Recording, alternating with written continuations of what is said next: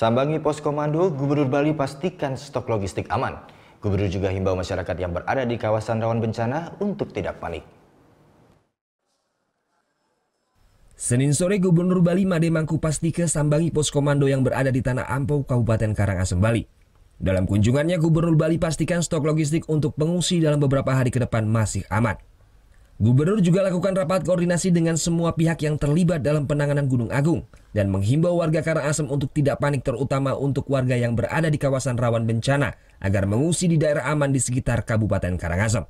Ya, saya kira sekarang masyarakat kita sudah semakin cerdas ya dan tahu apa yang harus dilakukan. Jadi tidak perlu lagi saya kira ngotot-ngotot dan sebagainya.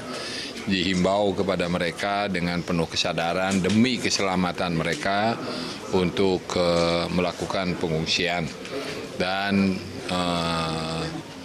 harta benda dan sebagainya kita percayakan kepada Polri dan TNI untuk menjaga sehingga mereka tidak perlu harus was-was tentang itu.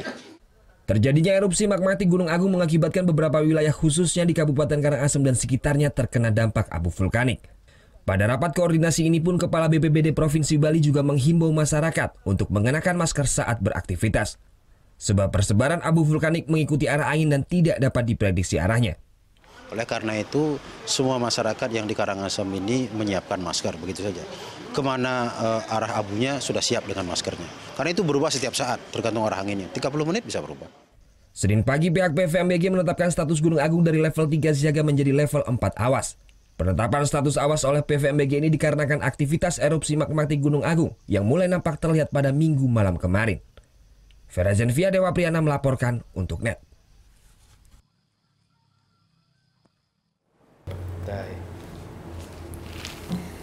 Udah selesai kan nontonnya? Nah, jadi jangan lupa buat like, komen, dan subscribe ya.